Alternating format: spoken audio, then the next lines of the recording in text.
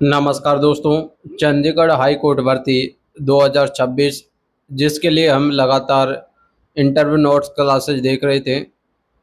पिछली अपन ने 8 class complete कर ली है।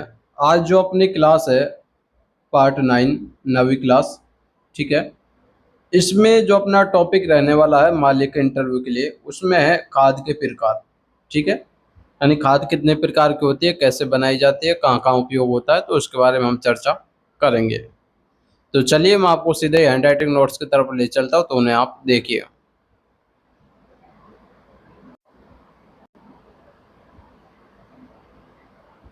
तो साथियों, जो अपने हैंडराइटिंग नोट्स है उसमें अपन ने ये सभी टॉपिक ऐड कर रखे हैं, जैसा कि आपको स्क्रीन पर दिखाई दे रहा है। ये संपूर्ण ई बुक पीडीएफ आप प्राप्त करना चाहते हो तो दिए गए व्हाट्सएप नंबर पे व्हाट्सएप मैसेज करके ये संपूर्ण पीडीएफ नोट्स आप प्राप्त कर सकते हो, जिसका आप बाद में प्रिंट आउट निकलवा कर अपने इंटरव्यू की अच्छे से तैयारी कर सकते हो। पीडीएफ के कॉस्ट की बात करें तो साथियों केवल मात्र 100 रुपये इसका कॉस्ट रखा गया है, ठीक है। चलिए, जो साथियों आज अपना जो टॉपिक रहने वाला है उसके बारे में हम बात कर लेते हैं, ठीक है।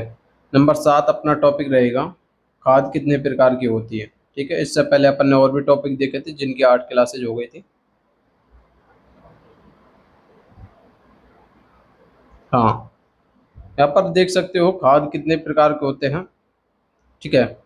खाद आपसे पूछे तो साथियों खाद मुख्यतः 3 प्रकार के होते हैं।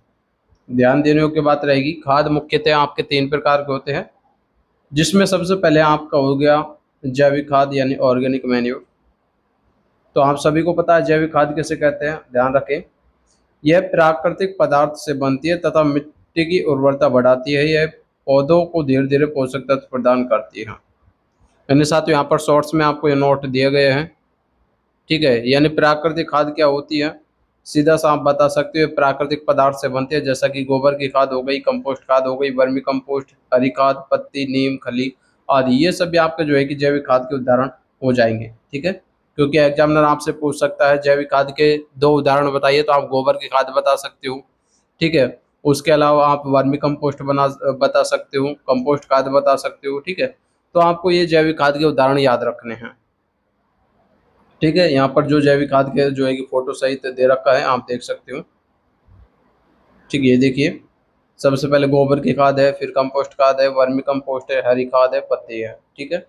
उसके अलावा नंबर सेकंड की हम बात कर लेते हैं। सेकंड जो आपकी होती है अजैविक खाद, जिसे इनऑर्गेनिक फर्टिलाइजर बोलते हैं, ठीक है।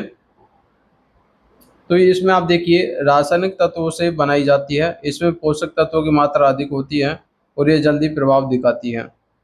साथियों जैसा कि आजकल आप देखते होंगे ज़्यादातर हम जो है कि इनऑर्गेनिक फर्टिलाइज़र का यूज करते हैं, जो तुरंत अपना प्रभाव दिखाती है। इसमें पोषक तत्व ज़्यादा होते हैं लेकिन फसल के लिए बहुत हानिकारक भी हो सकते हैं। जैसा कि आप सभी को पता है, फिलहाल जो हम प्रेजेंट टाइम में यूज करते हैं ज़्यादातर, जैसा कि यूरिया हो गया, डीएपी, ठीक है, सिंगल सुपर फास्फेट यानी एसएसपी, उसका अलावा muriate of phosphate, NPK, nitrogen nitrogen potassium, ठीक है, फास्फोरस, ये खाद है।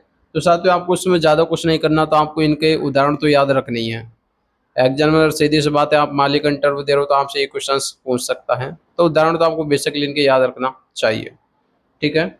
उसके अलावा नंबर 3 पर हम बात कर लेते हैं जैव उर्वर, ठीक है, यानी बायो फर्टिलाइजर। तो इसमें देखिए ये सूक्ष्म जीवों जैसे जीवाणु, फफूंद, शैवाल से बनते हैं, जो मिट्टी की उर्वरता बढ़ाते हैं और पौधों की वृद्धि में सहायक होते हैं।